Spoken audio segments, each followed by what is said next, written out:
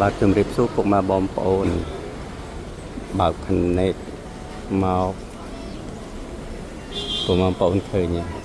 បាទមិនលឹះច្រើនឈរតម្រង់ជួរចូលបែកថ្ងៃនេះគេនៅបើកទ្វារម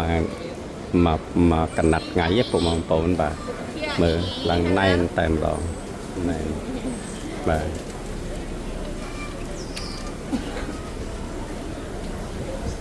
ហើយមកមើលអាសពនេះក៏នេះឃើញគេបាញ់ផ្សែងនេះឲ្យវាជជែកពុកបងប្អូនបាទមើលតិចជូនគេមនុស្សច្រើន